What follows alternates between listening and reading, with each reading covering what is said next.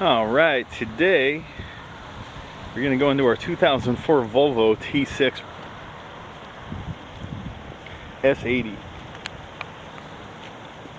It's a really nice luxury car.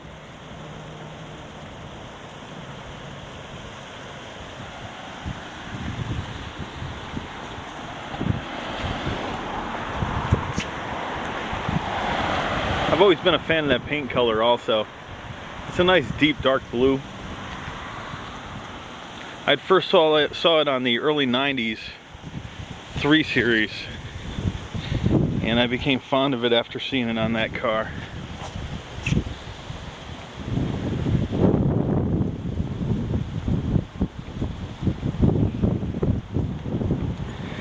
So when you look at the T6, that's for their turbo inline 6. Don't confuse that with their 5-cylinder model. This is their performance-based luxury model here.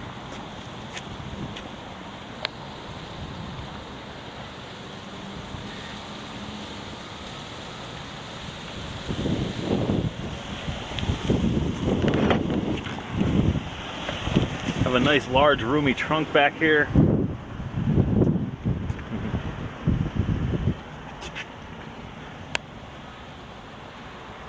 If you go to the store and buy a rake or something, you can see you have that little secret compartment you can pop open. Stick it right through the seat.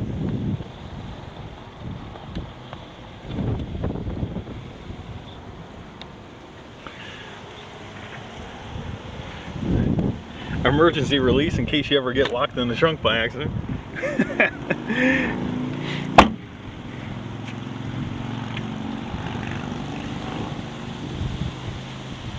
You can see it has the sunroof up there. I like to keep it cracked so it doesn't get too hot in here as it sits out in the sun.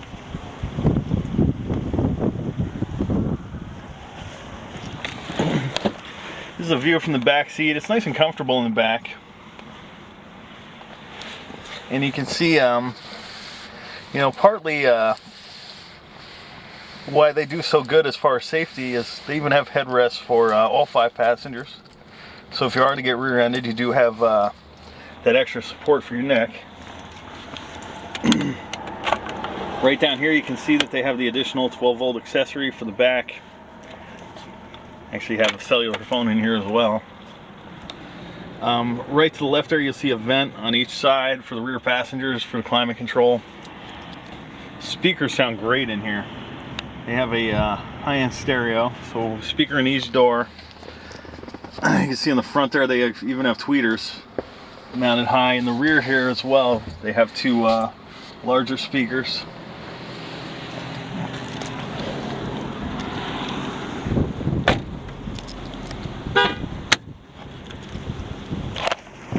Getting into the driver's seat, you can see that there's memory positions for 3 different drivers.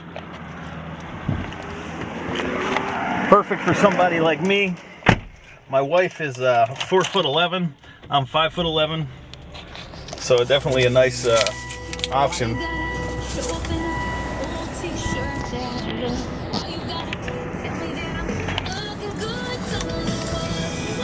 I haven't taken the time to set them, so I'm just going to use these adjustments here. And you can see you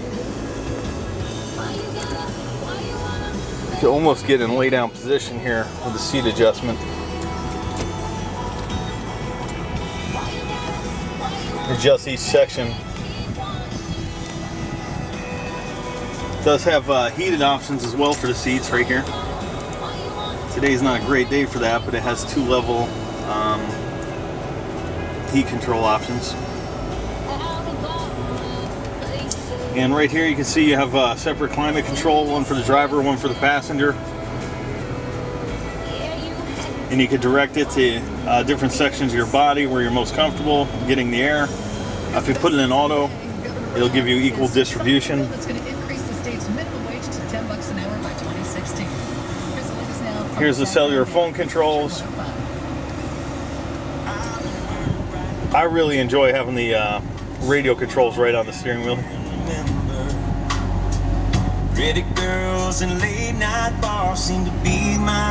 The stereo sounds great. Something that's cool is they have a center speaker right here in the front. adding some additional ambience to the sound.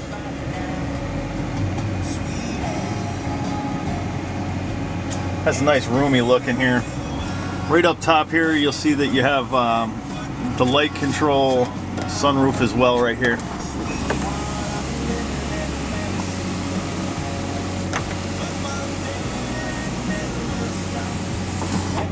I like to keep it in that vent position there. It's closed, vent. Right up here you can program up to 3 garage doors in there. So if you have a 3-car garage, kind of nice.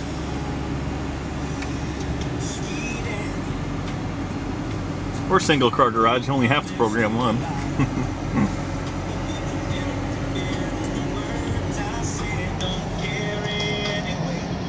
I never quite understood the windshield wipers on the headlights, but I'm sure there's a reason for it. I just haven't had time to study up on why they're there.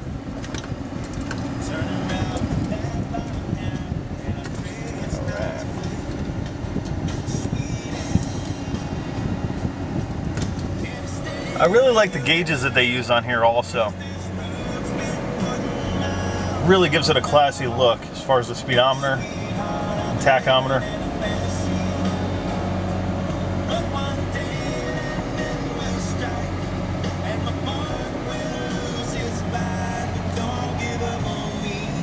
Right over here, you know, you can lock the windows, adjust all 4 windows in the car. It's power mirrors. Go to the right mirror here.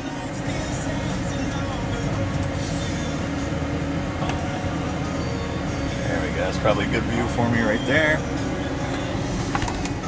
It does have the vanity mirrors on both sides. Actually, looks like I need to replace the light bulb in this one. The mechanic didn't test the vanity mirrors. Alright, let me just put on the seatbelt here. I'm going to take off the e-brake.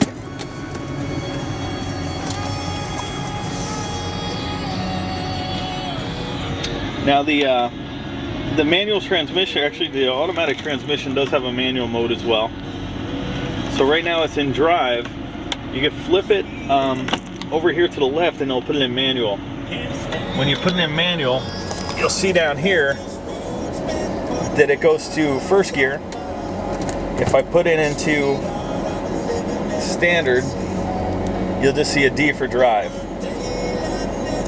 So what the heck, since we're going from a dead stop, let's play around a little bit and let's put this one into first gear here.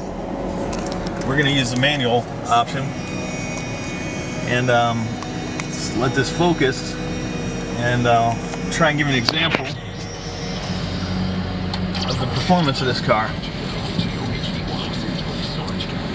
Look over my shoulder here. It looks good. So what I'm going to do is put the pedal down, and you can really see that you have a ton of pickup in this inline 6-cylinder. We're already going 40, and I'm going to put it into standard now.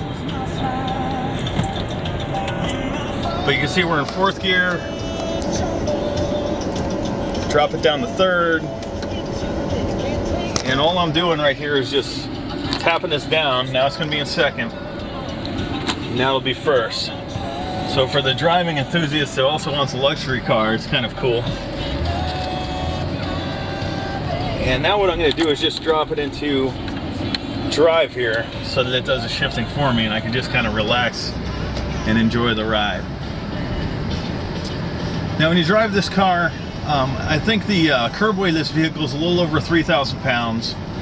And it has the feel of a 3,000 pound car, meaning it feels it just has a safe feel to it. It feels sturdy, but it also feels comfortable. The seats are, they're pretty cushy. They're not quite as firm as some other cars. They're not as soft as you'd find a Lazy Boy at home or something like that, but definitely a little bit softer than the firm seats that you'll find in many different cars. Just making it a real comfortable ride. The suspension is fairly tight when you turn, but it's also soft enough when you go over bumps you don't really feel them. I guess imagine something in between a Cadillac and a 3 Series Beamer, something like right in the middle there, where it's soft like the Caddies, but when you start turning, it seems to tighten up a bit for you to give you a little more performance. Turn here. See if I give you an example of that here.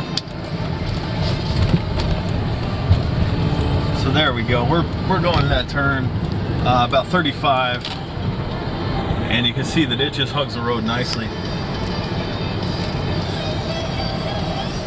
And if you want to change channels, just tap that little skip right there.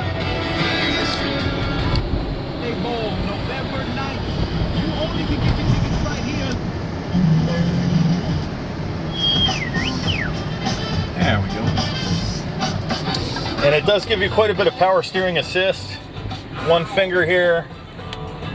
Very simple to turn the wheel. So the power steering does have quite a bit of assist to it, also to give you that kind of like Cadillac feel to it.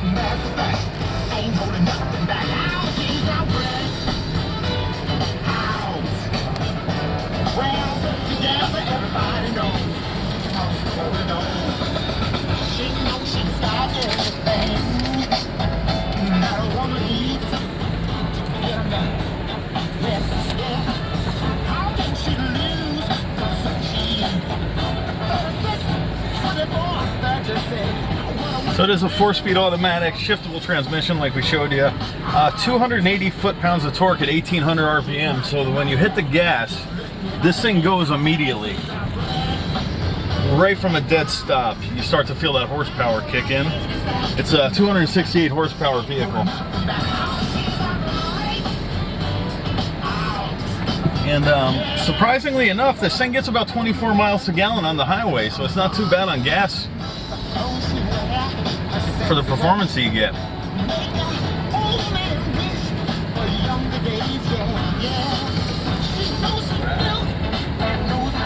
It's funny, I just got out of the Mini. It definitely doesn't have the turning radius of that Mini, a tight turning radius.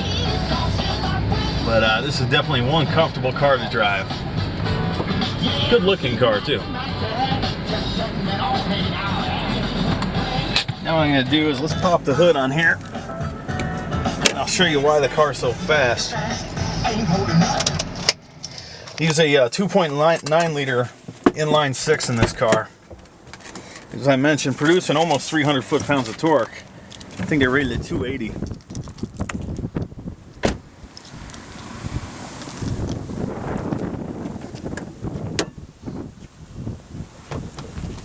And there it is. There's the beast of the engine. Beast of an engine.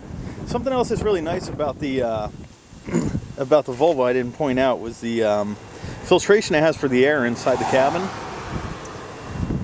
It uses a pretty high-end filtration system, so it keeps it, it smells nice in there. It's like a dust-free environment inside the car.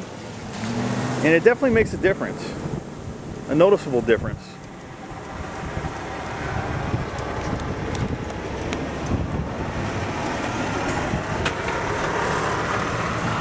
And you can see right up here, they do have that stabilizer bar on there as well. So that's partly why it performs so well when you hit the turns.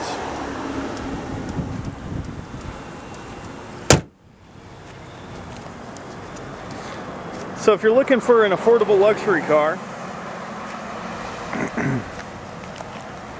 it's fairly low mileage. I think this one has 88,000 from what I remember. 88,000 miles. In nice condition. We hope that you take the time to come down to Streamline Auto and test drive this Volvo. Thank you for watching.